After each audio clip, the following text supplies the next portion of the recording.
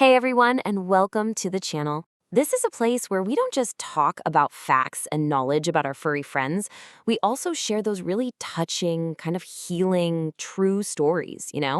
So if you're like me and you believe that dogs have this incredible power to heal the human heart, then yeah, you're definitely in the right place. All right, so let's talk about probably the most popular dog on the planet, the Labrador Retriever. I mean, you see them everywhere, right? You probably think you've got them all figured out, but what if I told you that behind that friendly, goofy face you know and love, they're hiding some pretty wild secrets? Yeah, when you think of a lab, this is the picture that pops into your head, right? The happy-go-lucky goofball that would trade state secrets for a single treat. The perfect golden family pet with a battery that just never ever dies. This is the Labrador we all think we know. But that's really just scratching the surface. What if the real story is, a little more complicated? I'm talking about everything from their mane to that legendary appetite. The story of the lab is just full of twists, and we're going to start with a big one.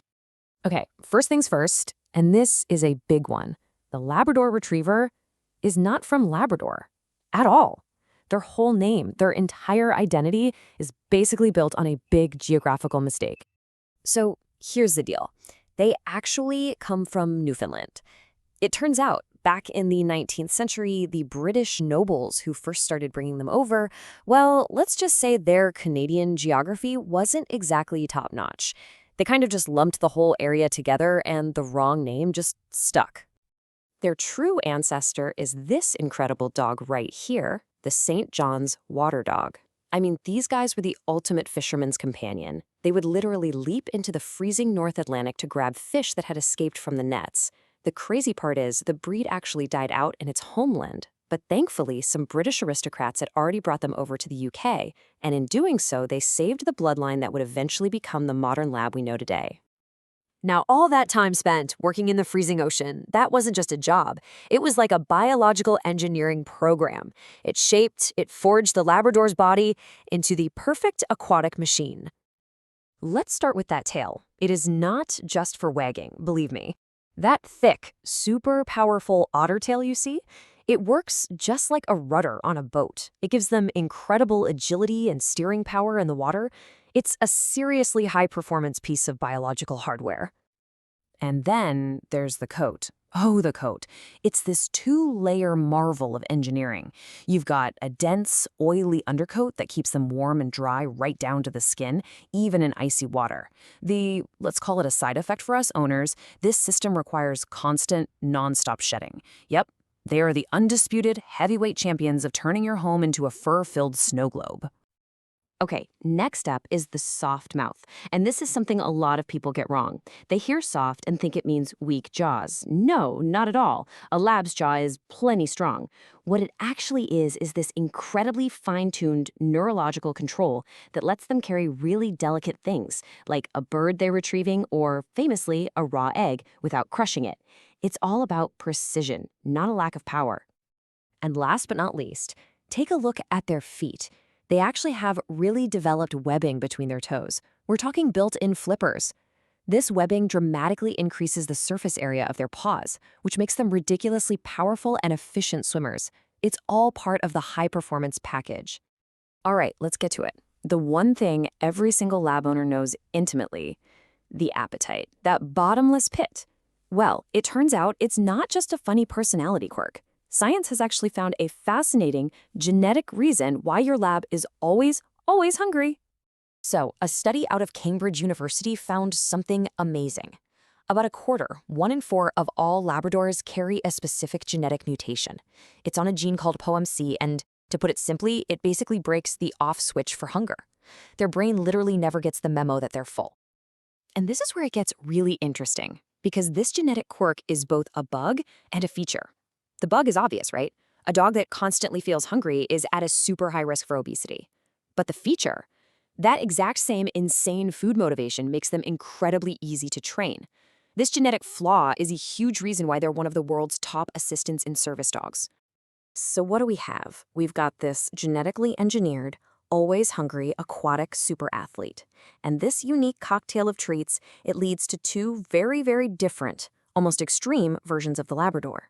The life-saving hero, and, well, the agent of pure, unadulterated chaos. Let's start with the heroes, because their stories, they're truly remarkable.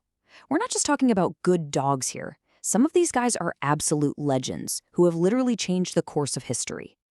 Let me introduce you to Zanjir. During the horrific 1993 Mumbai bombings, this incredible dog detected over 3,300 kilograms of RDX explosives. That's a staggering amount. Not to mention hundreds of detonators and thousands of rounds of ammo. He single-handedly saved countless lives. His contribution was so profound, so deeply felt, that when he passed away, the Mumbai police gave him a full state funeral. Think about that.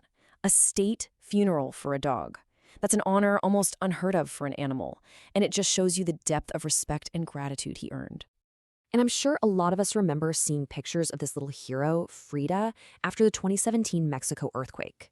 With her iconic goggles and little protective boots, she became this global symbol of hope, just tirelessly working in the rubble. Over her amazing career, she located 12 survivors in various disaster zones. And who could ever forget this incredibly powerful image?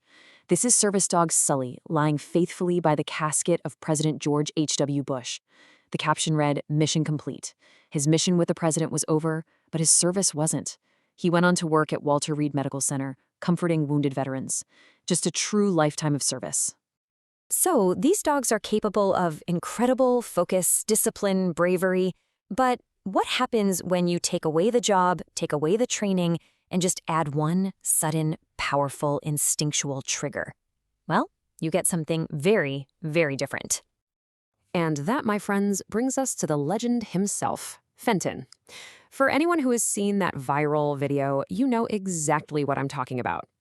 Fenton, the Labrador, sees a herd of deer in a park, and centuries of breeding instincts just take over. All of that training just flies right out the window, replaced by pure, chaotic joy, all set to the beautiful soundtrack of his owner's desperate cries. So, what is the Labrador really? Is it a genetic marvel, a historical accident, a life-saving hero, or just a lovable, chaotic troublemaker? The answer, of course, is yes. It's all of those things. Its greatest flaw, that crazy hunger, is also the secret to its heroism. And that perfect blend of disciplined hero and wild force of nature is exactly what makes us love them so much. Now, I'd love to hear from you. What are some of the most touching or just plain mischievous things your own furry kids have done? And are there any other pet stories you'd like to see covered?